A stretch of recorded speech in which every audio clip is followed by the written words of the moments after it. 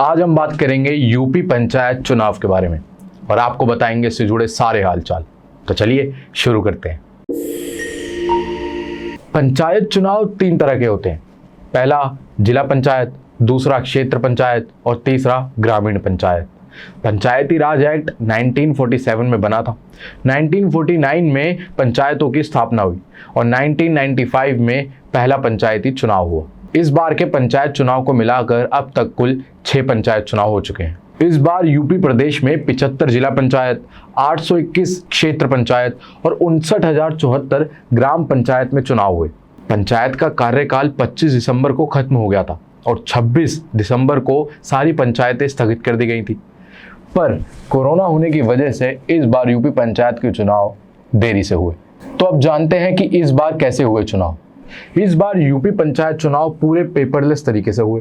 Candidate के नामों से लेकर काउंटिंग तक की पूरी प्रक्रिया ऑनलाइन हुई। इस बार पंचायत के खेल में कई नई टीमें भी उतरी, जैसे कि आम आदमी पार्टी, शिवसेना, AIMIM। बहुत सी टीमें लंबा खेली, लेकिन बहुत सी टीमें जल्दी आउट हो गई। इस बार यूपी पंचायत चुनाव 4 चरणों में हुए, बिल्कुल टेस्ट मैच की तरह। पहला मैच 15 अप्रैल, दूसरा मैच 19 अप्रैल, तीसरा मैच 26 अप्रैल और चौथा मैच 29 अप्रैल को हुआ। पेंडेमिक में चुनाव। और इसी बीच एक खबर सामने आई कि राज्य शिक्षक संगठन ने कोरोना काल के दौरान हुए इस पंचायत चुनाव में 577 टीचर्स की मौतों का दावा किया और इससे जुड़ी एक लिस्ट निर्वाचन आयोग को भी सौंपी और 2 मई को होने वाली जो मतगणना थी उसको रोकने का दावा भी किया था। लेकिन क्या हुआ, मतगणना हुई और इसी के चलते ऑपोजिशन पार्टी ने योगी आदित्यनाथ जी पर धावा बोल दिया। अब ऑपोजिशन की बात हो और कांग्रेस सामने ना आए, ऐसा हो सकता है? तो कांग्रेस की महासचिव प्रियंका गांधी और समाजवादी पार्टी के नेता हमारे अखिलेश यादव जी, इन्होंने योगी आदित्यनाथ जी से 50 लाख मुआवजा देने की मांग की और कहा कि परिवारों के एक एक सदस्य को नौकरी दी जाए। अब सवाल यहाँ उठता है कि हमें पता था कि कोरोना इतनी तेजी से फैल चुका है, जिससे शहरों में हम हालात देख रहे हैं कि कैसे हो रहे हैं, पर फिर भी यूपी पंचायत चुनाव में नियमों का ध्यान क्यों नहीं रखा गया, सुरक्षा का ध्यान क्यों नहीं रखा गया, कोरोना प्रोटोकॉल्स का ध्यान क्यों नहीं रखा गया? इसका एक जीता जागता सबूत हमें यहाँ से मिलता है कि यूपी पंचायत चुनाव के बाद मुजफ्फरनगर में कोरोना ने अपने चारों ओर पैर पसार दिए और अब वहाँ के पुलिस लोगों से घरों में रहने की मांग कर रही है। अरे भाई, तो घरों से बाहर निकाला ही क्यों था?